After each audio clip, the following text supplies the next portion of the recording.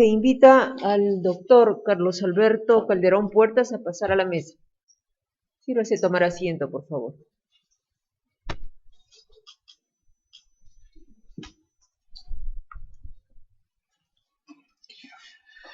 Bien, muy buenas tardes, doctor Carlos Alberto Calderón Puertas. Por favor, si se siente más cómodo, puede usted retirarse el tapabocas, no hay ningún problema.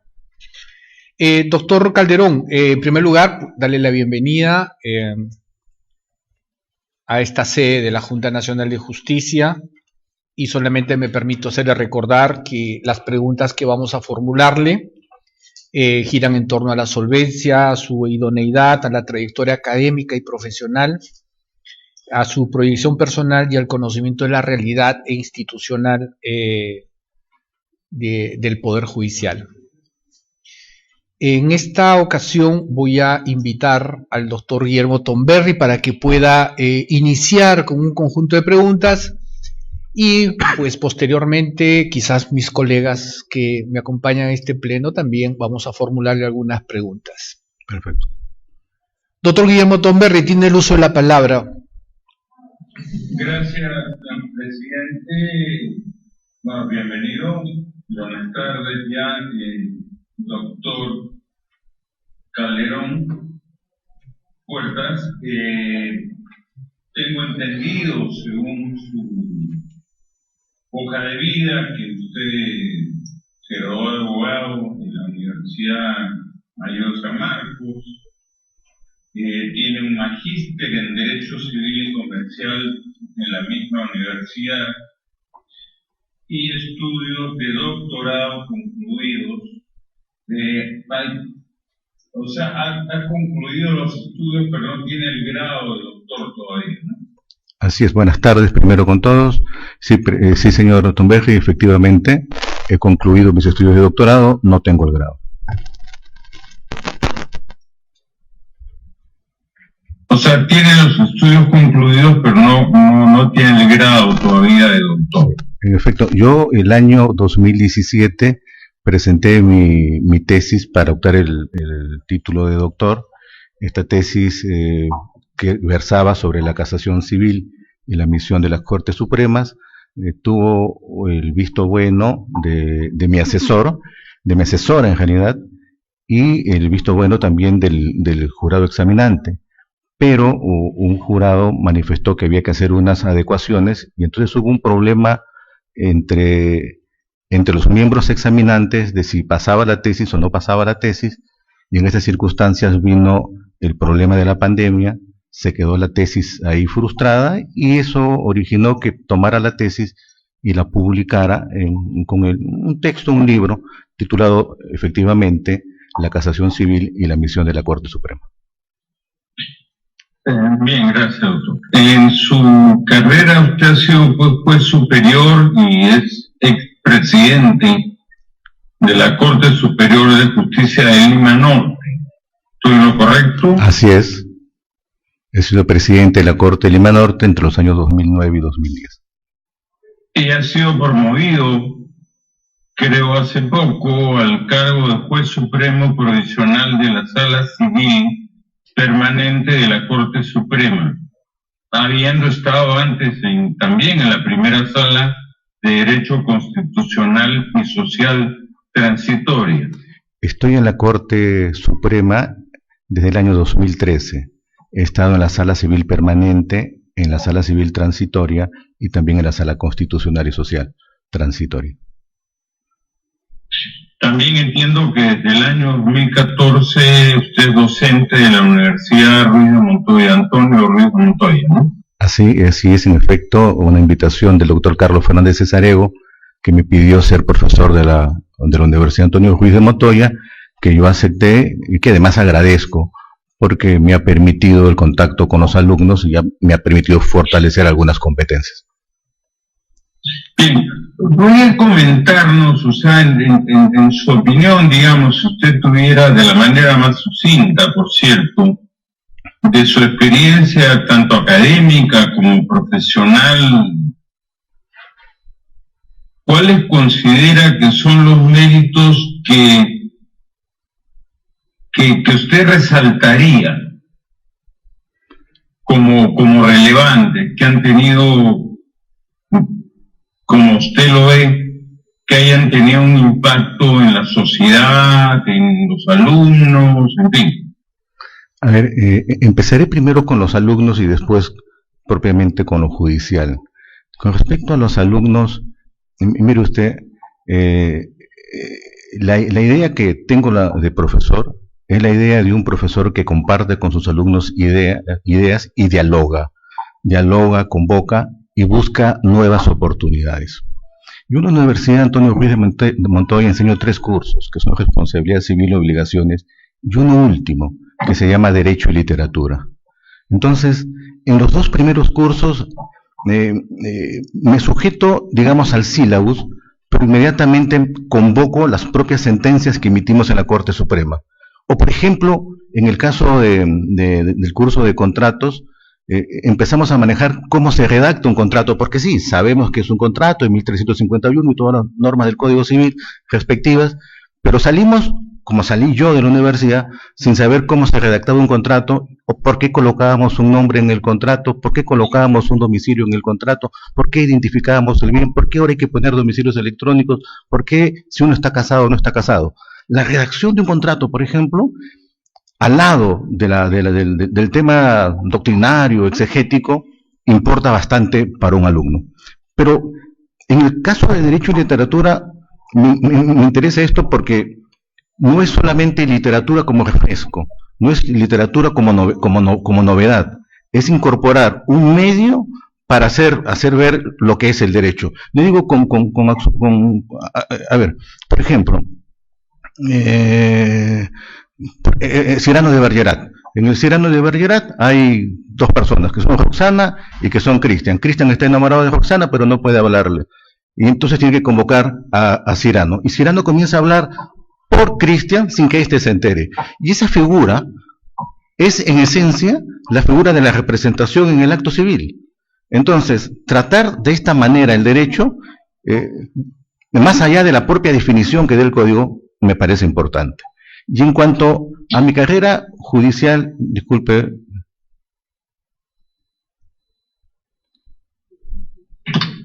Un minuto lo interrumpo ahí. O sea que una de sus especialidades, digamos, si podemos llamarlo así, es en contratos, ¿cierto? Así es, señor. Bien, usted no sé si está familiarizado con la teoría dinámica de los contratos, es decir, le hago la referencia. En el derecho romano el principio es pacta sunt servanda, pero luego, y a raíz de eso se creó la OPEC por un par de profesores de la Universidad de Harvard, que es el principio de rebus sic stantibus. ¿Podría comentar algo sobre ese dilema entre pacta sunt servanda y rebus sic stantibus? Bueno, es la gran polémica que ha surgido a raíz del fenómeno del COVID. Tenemos un contrato, pacta sunt servanda, principio de vinculatoriedad, no se pueden modificar los contratos, y en términos peruanos el artículo 62 de la Constitución peruana. Pero ante eso surge la modificación del contrato por asuntos que han pasado después. Mire, esta es una discusión además en la que interviene, por ejemplo, desde el lado del pecado, interviene Santo Tomás o interviene Cicerón. Hay expresiones en las que dicen, sí, uno debe cumplir la palabra pactada, pero cuando las circunstancias se modifican por razones extrínsecas a quien dijo, a quien manifestó tal expresión, entonces es posible modificar los contratos. Y esta es la gran discusión que ha habido en los casos COVID. ¿Se va a respetar el arrendamiento por el pacta sunt servanda o vamos a invocar la otra cláusula para poder modificar el contenido de los contratos de arrendamiento? Y en fin, la serie de contratos que han habido en los últimos años. Usted sabe que además se ha hablado de hablar de la excesiva onerosidad de la prestación, hablar de la frustración del contrato, que es un término anglosajón, o se ha hablado incluso de la aplicación de los principios de buena fe para mantener el contrato en otras condiciones o para sencillamente acabar con este contrato. Bien, perfecto, doctor. Veo que usted conoce el tema. Ahora, con respecto a los principios básicos que han sido aprobados y son admitidos por Naciones Unidas con relación a la independencia de la judicatura, ¿usted qué diría al respecto? Por ejemplo, la supremacía de la convencionalidad sobre las legislaciones nacionales cuando se trata de tratados, pactos internacionales. ¿Qué comentario sugeriría eso? Doctor, los estados modernos, y por decir estados modernos, hablo de los estados nacidos con la revolución burguesa, ya la del 1688, la inglesa, o la 789, la francesa, formaron sus derechos teniendo en cuenta sus estados. En realidad querían hablar de sus naciones, pero teniendo en cuenta el estado donde podían ejercer soberanía. Pero el mundo se ha modificado y ha variado. Hay una interconexión, una interdependencia entre cada uno de los estados, surgido fundamentalmente por circunstancias de crisis económicas o sociales o por la dolorosa guerra del 44 y antes la del 14. En estas circunstancias, conocemos perfectamente la Constitución de Weimar, la Constitución soviética o la Constitución de Querétaro mexicano, van imponiendo cláusulas sociales. Y luego, terminada la Segunda Guerra Mundial, la existencia de organismos como Naciones Unidas y después los pactos internacionales en Europa, en América y en África. Eso interconecta todos los derechos. De manera que la fuente fundamental es la defensa de los derechos humanos. El juez deja de ser, o debería dejar de ser, un aplicador de la ley para convertirse en un defensor de los derechos fundamentales, que son los principios y valores que sustentan el ordenamiento jurídico. Y en esa condición, ya nuestra Constitución del 79 admitía los tratados de derechos humanos como parte de nuestra legislación, y la del 93, aunque no con esas palabras, tiene la cuarta disposición transitoria y complementaria, o el artículo 3 de la propia Constitución, que implica que cualquier magistrado, cualquier juez, tiene que tener en cuenta esos tratados que informan los principios fundamentales. Tenemos además nuestra... sí. Está bien, doctor. Quiero pasar a otras preguntas que me interesarían sus comentarios. Usted se ha desempeñado como juez especializado en lo civil y en el derecho de familia. Como juez superior, integrando distintas salas civiles y salas penales, y actualmente presta servicios, tengo entendido, como juez supremo provisional en la Sala Civil Permanente de la Corte Suprema. ¿Cómo definiría usted sus principales aportes y sus logros en esta función? Mire, en la actividad jurisdiccional yo me he desempeñado como juez superior desde el año 2002. Dentro de lo que podría indicar como aporte, voy a señalar la etapa en que pasé como presidente de la Corte Superior de Lima Norte, no por el propio cargo. Si uno no desempeña un cargo por el propio cargo mismo, sino porque puede desempeñar algunas políticas. Entonces las políticas que ejercimos nosotros, un grupo, en un colectivo, fue establecer 4 programas. Los 4 programas fueron justicia predictible, justicia transparente, justicia en tu casa y justicia en tu comunidad. Y ese programa Justicia en tu comunidad, que existió desde el año 2003, que se recuperó en el año 2009, en el año 2010 le solicitamos al Consejo Ejecutivo, mira, las cortes, todas las cortes, no solamente nosotros, sino todas las cortes hacemos proyección social.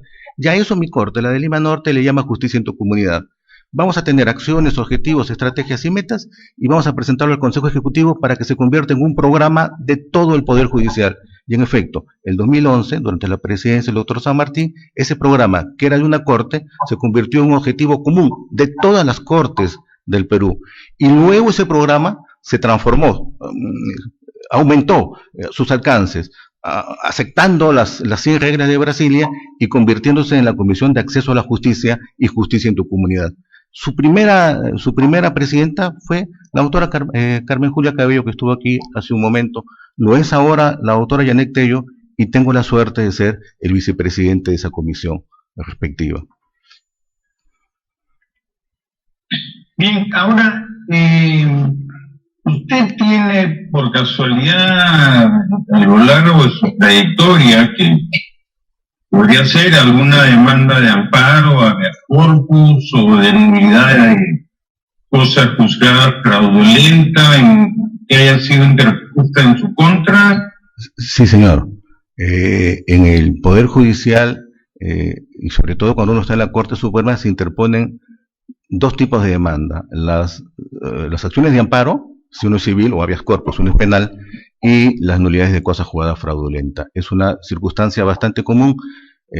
Miren, cuando yo ingresé al Poder Judicial en el año 2002 y me llegó mi primera demanda mi primera demanda de acción de amparo, saqué todos los expedientes, comencé a revisar, saqué mis libros, contesté la demanda y así fue la segunda, la tercera, la cuarta y la quinta, hasta que entendí que todo esto era un absurdo. Porque si la sentencia está mal, si mi sentencia está mal, no importa lo que diga, no importa que diga que estuvo bien motivada o que quise decir esto, porque no lo dije. Y si mi sentencia está bien, entonces se defiende sola. No tenemos mucho tiempo, pues sabe que estamos con los tiempos cortos. ¿Cuál es el estado de estas acciones? La mayoría de ellas son actualmente. Sí, no, la mayoría de ellas han sido declaradas improcedentes.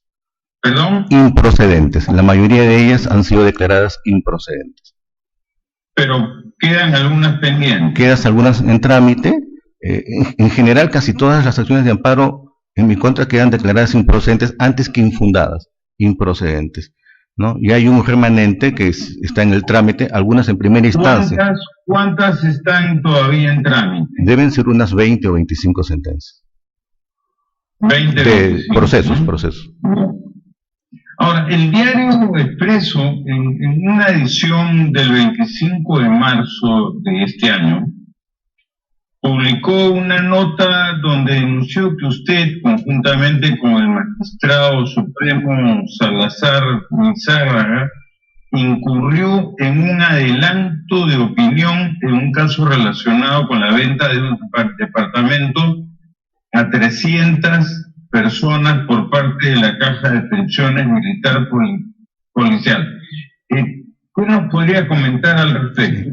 Brevemente. Mire, fue una denuncia que salió en el Diario Expreso, más allá de que el periodista se haya comunicado o no conmigo, el tema es el siguiente: hubo un proceso, en un anterior proceso conexo, con otras partes, había emitido mi decisión señalando de que era infundada la demanda. En este proceso, yo me abstengo, y mis compañeros con justificada razón me dicen no hay necesidad de abstenerse porque esta idea del proceso conexo para impedimento ya no existe, ha sido modificado en el año 2015 en el Código Procesal Civil. Y tiene sentido, porque miren, lo que están diciendo las partes es, si emitiste decisión entre el problema entre A y B, ya no puedes emitir decisión entre A y C. Pero si fuera ese el concepto que habría que seguir, como ellos señalan que vienen 300 procesos más, entonces necesitaríamos 1.500 jueces supremos para emitir decisión en cada caso distinto, porque ya sea se vote fundado o infundado, se habría, según el criterio de los denunciantes, se habría adelantado opinión. Y no es así, ¿no? Pero hubo de todas maneras en el aspecto formal mi pedido de abstención y la Sala Civil, mis colegas me dijeron no a la abstención en virtud del artículo, me parece que es el 304 o 305 del Código Procesal Civil. Entonces, respondiendo en una frase, ¿cuál es el estado? ¿Cómo lo describiría usted el estado de este problema? El estado de este problema es, aparentemente, porque eso no lo sabemos, unas personas que que están iniciando una serie de procesos que eventualmente van a llegar a la Corte Suprema y que probablemente están discutiendo con una misma entidad, ¿no? Todo lo demás no lo sé, porque se habla de 300 procesos conexos, pero nosotros no sabemos si hay 300, 1, 25, no lo sabemos. Bien, ahora, en lo que respecta a su trayectoria académica, muy profesional, cuando se desempeñó, entiendo, alrededor de 8 años en la Universidad Antonio Ruiz Montoya, en los cursos de obligaciones, responsabilidad civil y contratos. ¿Qué nos podría comentar al respecto? ¿Cómo eso le aportó o lo ayudó a aportar en estos campos? Mire, mi tesis sobre la maestría fue el daño al proyecto de vida, origen, desarrollo y vicisitudes del daño a la persona en el Código Civil peruano. Fui invitado precisamente por Carlos Fernández Cesarego para dictar el curso de responsabilidad civil, porque entre otras cosas hay una tremenda discusión en el Perú y en otras latitudes sobre la existencia del daño patrimonial y la existencia del daño extrapatrimonial, que yo prefiero llamarlo daño personal. Es desde esa perspectiva que empieza a desarrollarse el curso. ¿Para qué la responsabilidad civil? Para lograr el equilibrio. ¿De quién? De la víctima, perjudicando al victimario para que éste también no tenga recursos para satisfacer sus propias necesidades. ¿Cuál es el sentido, el origen? ¿Por qué se debe indemnizar? ¿Hay alguna norma constitucional que nos permite indemnizar ya fuera de la civil? Es decir, ¿la civil se sujeta a sí misma o hay algún engarce con alguna norma constitucional? Entonces, partiendo de esos conceptos, voy desarrollando el curso de responsabilidad civil. Bien, perfecto. Yendo, digamos, a otro tema, usted integra la Comisión Permanente de Acceso a la Justicia de las Personas en Condición de Vulnerabilidad y Justicia en la comunidad del Poder Judicial. ¿Cuáles han sido los logros que ha obtenido esa comisión? Mire, más allá de los logros de las convocatorias, de las conversaciones, de los coloquios, de las capacitaciones, hay unos logros objetivos. Gracias a la Comisión de Acceso a la Justicia hay un protocolo de cámara GESEL en el Poder Judicial. Gracias a la Comisión de Acceso a la Justicia hay un formato para las demandas de alimentos. Señora, no tiene que recurrir a un abogado, o señora, no tiene que presentarse, hacer un escrito largo, basta colocar algunos nombres y ya tenemos un formato. O hay un formato para que se tramiten, te renieguen las partidas matrimoniales o extramatrimoniales. O hay un programa hermoso que se llama Justicia Itinerante. Es decir, hay sectores, hay zonas en el país donde no llega la justicia. Es decir, donde movilizarse en Huancavelica, de Nuevo Joro a Iscuchaca son más o menos 2 horas y media caminando. Lo interrumpo ahí, pues, es un poco eso, una verdad de perogrullo, por cierto, pero en caso de que usted fuera designado como juez supremo del Poder Judicial, ¿cuáles serían, y le pido que solamente los enumere, 3 aportes concretos que usted podría aportar? En caso fueran designados... Bueno, por la redundancia. Sí, primero una reforma de la ley casatoria en la que hay consenso, además, eso es una cosa bastante simple de proseguir. La segunda, esa es la parte del vértice. La segunda, la parte de la base, es la justicia de paz. El 38% de los casos llegan a jueces de paz en el Perú. Es decir, esos casos nunca van a llegar, no solamente a la Sala Suprema, nunca van a llegar a la Sala Superior.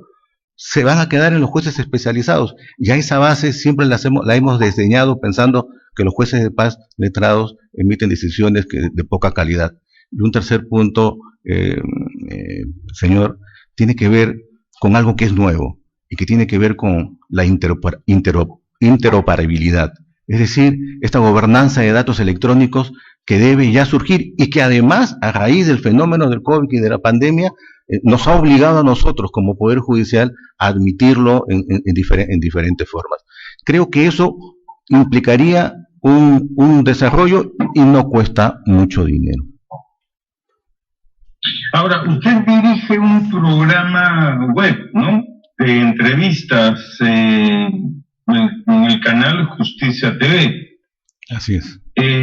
¿Cómo relaciona usted su actividad profesional con esta actividad, digamos, separada de su actividad profesional? Más bien pienso, señor, que es vinculada. Mire, yo entrevisto a los profesores de Derecho Civil del Perú. A veces he entrevistado a extranjeros. Y entonces entrevisto, por decir nombres, entrevisto a Bruno Tapia, que acaba de publicar un libro que se llama Daño Moral y la Jurisprudencia Peruana. Y él nos informa, a mí y a los demás, cómo va la jurisprudencia en el daño moral. en el caso de Joel Chipana sobre la ejecución del contrato, en el caso de Jimmy Ronquillo sobre la resolución del contrato, en el caso de Ferdinand Manco sobre la validez del acto jurídico, en la casa de Alan Pasco sobre el fraude inmobiliario. Sí, no, saben, o sea, más allá de lo anecdótico, simplemente cómo se relacionan eso. Porque esto puede una frase, porque ya se nos acabó el tiempo. Se trata de profesores, que han estudiado esos temas, que no vienen a decir lo que no saben, sino que han estudiado y han escrito sobre ese tema. Y sobre eso ellos hablan. Y yo necesariamente tengo que leer el texto para hacer la entrevista, con lo cual eso contribuye a la emisión de mis resoluciones judiciales. Muchas gracias. Gracias, señor. Doctor, gracias, presidente. Gracias, doctor Tomberry, muy amable. Doctora Tumela, no sé si tenga algunas preguntas para el doctor sí. Calderón Puertas. Gracias, señor presidente. Renovando el saludo al doctor Carlos Calderón Puertas. Tengo una pregunta. En el Plan Estratégico Institucional 2021-2023, el segundo objetivo estratégico, seguro que usted lo conoce, es fortalecer los mecanismos de lucha contra la corrupción en beneficio de la sociedad. Y ahí se señalan 5 acciones estratégicas, ¿no? ¿Cuál considera prioritario para prevenir la corrupción al interior del sistema judicial? Yo considero que acabar con la provisionalidad es una gran ayuda para acabar con el sistema de corrupción. Porque acabar con la provisionalidad o disminuirla en términos racionales origina que el juez no esté tentado a vulnerar su independencia o imparcialidad. Gracias por su pregunta. Gracias, señor presidente. Gracias, doctora Tumela. ¿Tiene alguna pregunta, por favor? Doctor, buenas tardes. ¿Cómo está? La Junta Nacional de Justicia tiene mandatos constitucionales, entre ellos la evaluación parcial de desempeño y el proceso de ratificación. Yo desearía saber su opinión. ¿Se la comparte? ¿El mandato está allí? Mire, entiendo que se ha publicado la resolución el 13 de mayo, hace casi un mes. Y mire, 2 cosas. La primera es que en la evaluación se dice que se trata de un asunto afirmativo, no sé cuál es la palabra precisa, pero no es un asunto sancionatorio, es un asunto para que el juez se le informe más o menos cuál es el camino que está siguiendo, ¿no? En base a su evaluación, a su desempeño y algunos indicadores que ahí se colocan.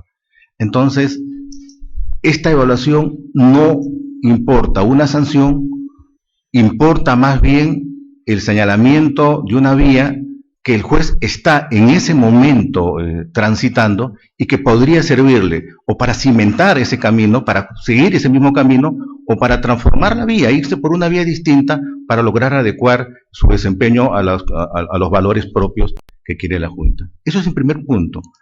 Y el segundo punto es que se ha suscitado la fuerte discusión a raíz de la sentencia Cuya sobre si el procedimiento de ratificación es sancionador o no.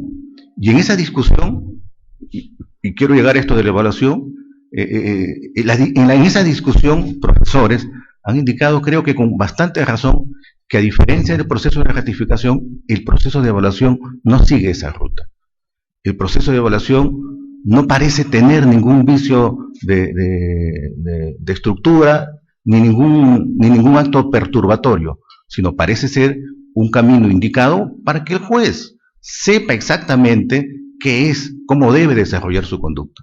A mí, señor, me parece adecuado.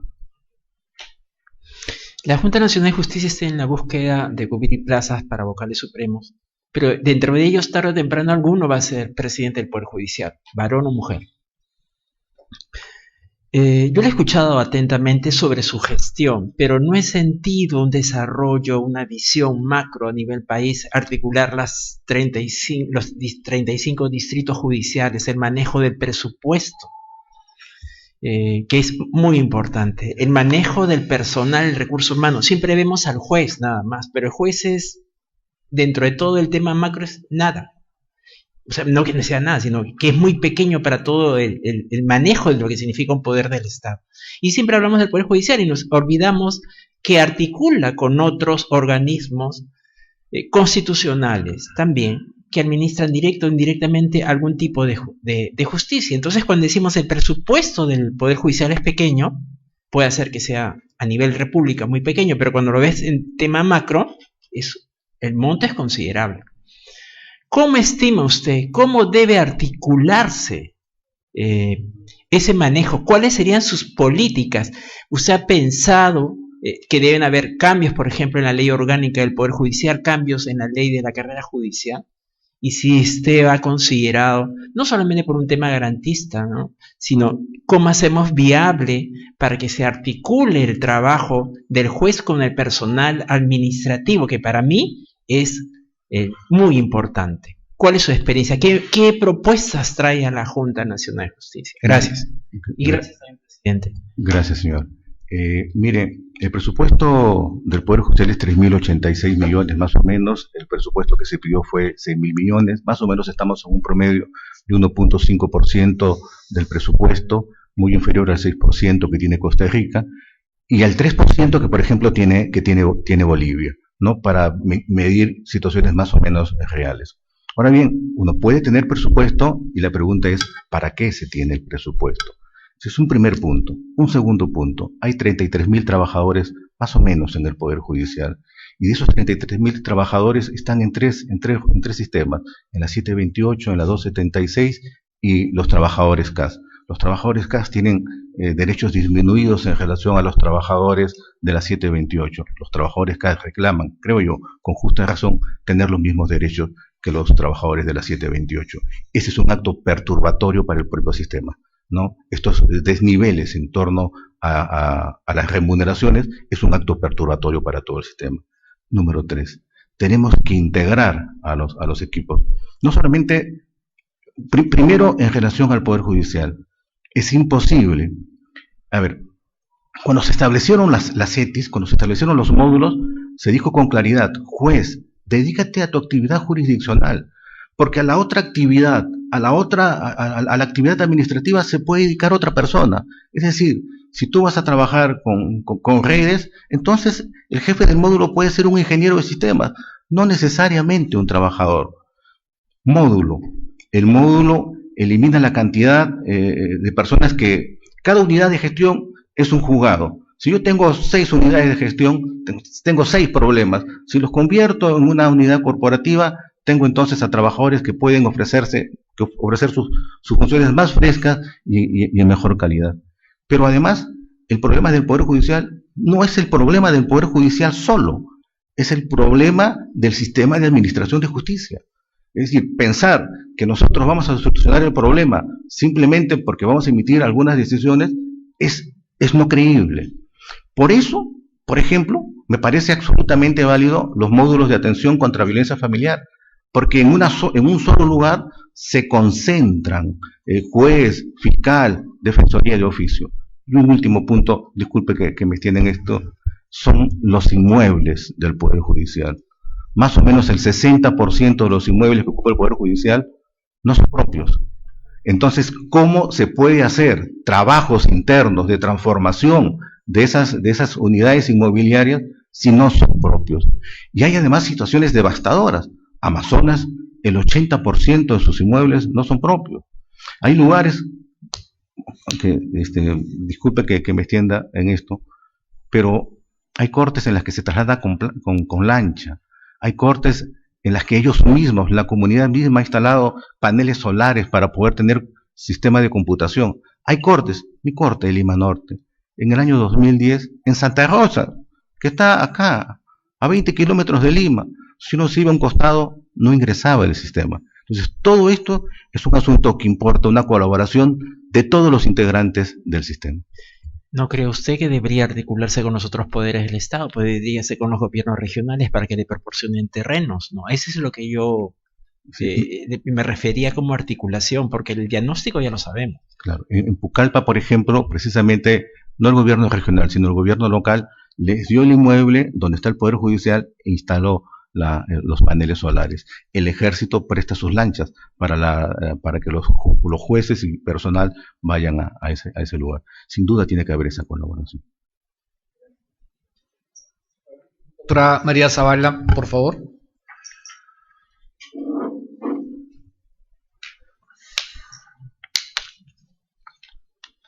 Doctor Calderón Puerta, reiterándole la bienvenida que le dio nuestro presidente. Buenas tardes. Doctor, ¿usted está de acuerdo con la forma en que se elige el presidente del Poder Judicial y el tiempo en que tiene para realizar su gestión? Estoy en desacuerdo con las dos cosas. La primera, se la digo con un gesto. Se debe votar a mano alzada. Esta idea de que que importa una modificación en la ley orgánica, de votar secreto para la elección del presidente del Poder Judicial, solamente ha logrado que hasta los últimos 5 minutos no sepamos quién es el presidente de la Corte, porque pueden haber variaciones. Y eso habla mal de nosotros, ¿no? Lo segundo, en relación al presidente del Poder Judicial, se tiene que presentar un informe de trabajo de lo que se va a hacer, y al año siguiente no se tiene que decir hice esto, aquello, lo otro, sino lo que se tiene que decir ofrecí esto y cumplí esto. Estas fueron las metas que me tracé y estas fueron las metas que cumplí, y me faltan cumplir las otras metas y quisiera lograrlo. Y lo tercero, doctora, tiene que ver con el tiempo. 2 años es muy escaso. Yo sugeriría, ¿no? Eso es un asunto que es, por supuesto, perfectamente susceptible de discutir, pero yo sugeriría un término de 4 años, que me parece razonable para que estas políticas, que son políticas de largo alcance, puedan llevarse a cabo. En la eventualidad de que se vea usted nombrado juez supremo, ¿cuál va a ser la primera propuesta que usted considera relevante, importante, para presentarla a la sala plena del Poder Judicial? Como le decía el doctor Thornberry, yo tengo 2 ideas claras, ¿no? Que son la de vértice y la de la base. En torno al vértice es la modificación de la casación civil en temas absolutamente simples, pero además ya hay una ley que tampoco, o sea, que es cuestión de insistir en esta ley, ¿no? Aun cuando tengo algunos criterios distintos a la norma legal, pero el asunto es confluir, llegar a consenso, porque los consensos son los que logran las transformaciones. Y lo segundo es, que de verdad me parece importante, es que juzgados de paz, son 650, 646 juzgados de paz en el Perú. El 66% de los jueces de paz son supernumerarios, no son provisionales, son supernumerarios los jueces de paz. Y a los juzgados de paz se manda generalmente a las personas que desconocen el derecho. No se manda al mejor personal, sino a la persona que está luchando en la trinchera, a la persona que está recibiendo al 40% de la ciudadanía peruana, se le suele mandar el personal menos capacitado. Entonces, yo sugeriría aumentar la cuantía de la competencia para los jueces de paz, colocarlos en un asiento en el Consejo Ejecutivo del Poder Judicial, que no lo tienen. Lo tiene el Supremo, lo tiene el juez superior, lo tiene el juez especializado, pero no lo tiene el juez de paz. Es decir, la ancha base, el 40%, desconocemos su opinión, su voto, sus deseos, lo que puede lograr. En 4 palabras, ¿cómo define usted a Carlos Alberto Calderón Puertas? El hombre, no el juez. Creo que soy honesto, trabajador, un lector curioso y un optimista incurable. Muchas gracias, doctor. Gracias, señor presidente. Aprovecharé para hacerle la misma pregunta de la doctora Zavala. Creo que la comunidad política y este pleno quisieran saber quién es Carlos Calderón Puertas como ciudadano. Como ciudadano, presidente, soy una persona que tiene valores democráticos y que quiere propagar y difundir esos valores democráticos, que siente que tiene vocación de servicio y que ha encontrado en el Poder Judicial Eso que Max Scheler llamaba, voy a parafrasearlo, el puesto del hombre en el cosmos, ha encontrado su lugar para servir y trabajar. Doctor Calderón, cuando yo he tenido la oportunidad de leer su libro de Introducción al Derecho, una mirada del derecho desde la literatura y otras artes, claro, me hace recordar a Martha Nussbaum, su libro La Justicia Poética. La imaginación y la sensibilidad que le da la literatura nos hace ver la justicia de otra manera. Usted hace lo mismo que Martha Nussbaum.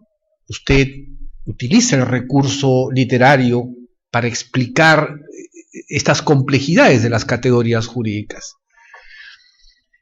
Pero ese ejercicio, ¿cómo se puede ver reflejado si usted estuviera en la Corte Suprema? Esa experiencia de la literatura y el derecho, ¿qué cree que le puede dar un valor agregado a su visión como Carlos Calderón en un directorio o en una sala de la Corte Suprema? Presidente, si Romeo no se llamara Romeo, ¿lo seguiría amando? Se pregunta Julieta en Romeo y Julieta. Y esa expresión que dice Julieta es el nombre. Y el nombre sirve para identificar, pero no es la identidad. Cuando uno aborda un tema sobre el derecho a la identidad, uno entiende entonces que el nombre, siendo importante, un aspecto de la identidad estática, no lo es todo. Julieta ya nos lo dijo. Romeo podría haberse llamado Pedro o Juan, pero lo seguiría amando. El nombre es importante, la identidad es algo que pasa más allá del nombre, que es una cuestión absolutamente dinámica. En Madame Butterfly, la relación que tiene Pinkerton con Butterfly es de trata de personas.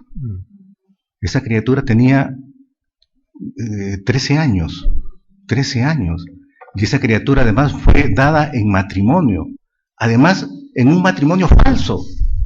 Y Pinkerton sabía perfectamente que el matrimonio era falso. De hecho, se casa en Estados Unidos y regresa. ¿Cómo tratar el tema de la trata de personas? Vamos, hay una ópera, Gianni Schicchi, otra ópera, muere, ya no me acuerdo cómo se llama, Buoso Donati muere, y entonces es suplido, en la cama del muerto es suplido por Gianni Schicchi, a quien además Dante le dedica unos versos en la Divina Comedia. Es suplido por Gianni Schicchi, y entonces Gianni Schicchi dicta un testamento ante el notario, y ese testamento se valida. ¿Qué pasa en esa circunstancia? ¿Hay una nulidad del testamento? No la hay. Entonces, uno va relacionando estos criterios, no solamente para la exposición jurídica, sino también para las sentencias. En algunas de mis sentencias, de pronto con algún exceso, pero siempre en nota al pie, no dentro del contenido mismo de la sentencia, sino en nota al pie, he hecho referencia a esta expresión de Romeo y Julieta, por ejemplo.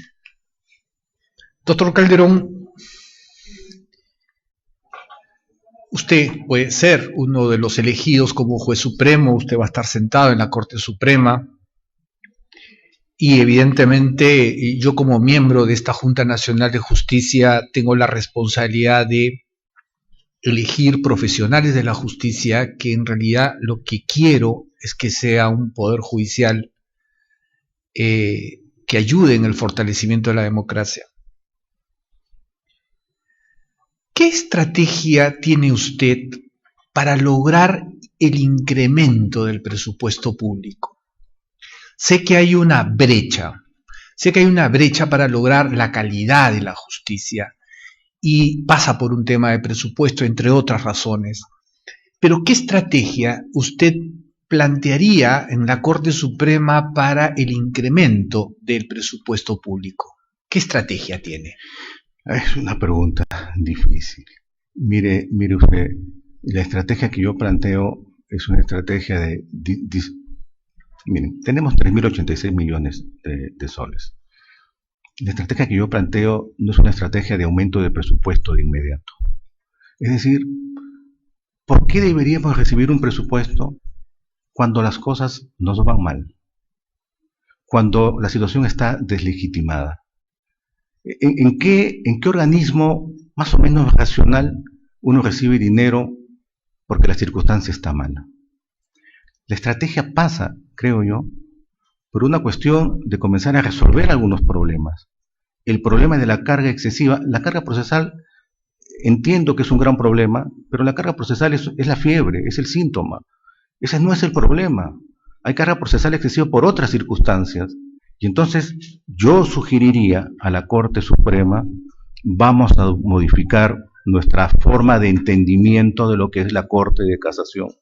No somos y no podemos actuar, como decía Daniel Mitidiero o Michele Tarufo, como jueces superiores. Somos jueces supremos que proyectamos nuestras sentencias como directivas al futuro, para la justicia del caso concreto, hacia atrás, la mirada hacia atrás, los jueces superiores, los jueces especializados, los jueces de paz. No es teniendo sin números casos en que nosotros trabajamos bien. Ha habido alguna oportunidad en que una sala constitucional dijo que había emitido en un día 800 sentencias. Miren, mejor, ¿por qué no emitimos una sentencia que sirva como directiva para 200.000 casos? ¿No sería eso mejor? Y miren, eso implicaría un destrabamiento de la carga procesal y además que la Corte Suprema cumpla los roles para los que fue formado, dictar las grandes directivas, ser una corte de precedentes, y acabaría con alguna litigiosidad excesiva. Después de eso, pidamos presupuesto. Correcto, correcto. Ahora, me preocupa el tema de la independencia judicial. Ya creo que el sistema ha reconocido dos tipos de independencia, la dimensión de las independencias, ¿no? La externa y la interna. La interna me queda claro, doctor Calderón, que es un tema de hombres y de mujeres, ¿no? La externa. Desde la Corte Suprema, ¿qué estrategia tienen para proteger la independencia externa de los 3.500 jueces que hay en la República? Presidente, esta también tiene que ser una tarea de asimilar de que el juez del Estado social y democrático de derecho no es un juez de aplicación legal. Nosotros hemos sido formados, mi generación fue formada bajo la idea de que nosotros aplicamos la ley y que en todo caso nos convertimos en personajes burocráticos, bucólicos, legalistas y seguidores de lo que dice el Poder Legislativo. El juez del Estado Social y Democrático de Derecho es un juez que valora distinto, que tiene en perspectiva, en norte, tiene los principios fundamentales. Y en ese caso es un juez que ya no es comparsa del legislativo, sino que se convierte en colaborador de él. ¿Qué ha pasado con el Perú a lo largo de estos 200 años? En 1824, cuando se creó la Corte Suprema, Sánchez Carrión y Manuel Lorenzo de Vidaurre hablaban de la independencia del Poder Judicial, pero al costado tenían al Libertador, que era dictador de la República. Y después intervino, y voy a enumerar el Poder Judicial en el 28, en el 34, en el 39, en el 55, en la guerra con Chile, en 1930, en 1969, cuando fue expulsado Domingo García Rada, en 1992, con el regreso de la democracia en 1980, después con el Consejo Nacional de la Magistratura, con sentencias no motivadas. Y eso implica que el Poder Judicial siempre ha sido la cenicienta de los poderes y que no se comporta como tal. Eso denota necesariamente que si seguimos comportándonos así, entonces inevitablemente nuestra independencia va a seguir sufriendo. Y para que no sea así, el juez constitucional, supremo, civil, no debe convertirse en un mero aplicador de ley. ¿Cómo hacemos, doctor Calderón, para subir ese 16% de desconfianza algunos dígitos más? ¿Qué estrategia usted, desde el sillón de un juez de juez supremo, propondría a la Corte Suprema para que los ciudadanos confíen en su Poder Judicial? Ya me explicó la estrategia para el presupuesto. Ya me explicó una estrategia para fortalecer la independencia judicial externa. La confianza ciudadana. ¿Qué propone en la Corte Suprema? Mire, comparado con otros países, pienso en Uruguay y Costa Rica, que tienen valores de 49, algunos de 60%, nuestro 16% nos coloca a la saga. En América creo que estamos penúltimos o antepenúltimos, ya la saga mundial. ¿Cómo lograr la confianza? Yo insisto en el tema de la casación, pero ya no repetiré eso. Agregaré otra cosa. Ya dije hace un momento que nuestro mundo cambió. Y seguimos pensando en nuestro mundo, nosotros los jueces, como el mundo de los papeles, cuando el mundo de ahora es el mundo de las imágenes. La transformación tecnológica va a lograr rapidez, pero al lado de esa transformación tecnológica que va a lograr rapidez, utilicemos los mecanismos tecnológicos para informar correctamente.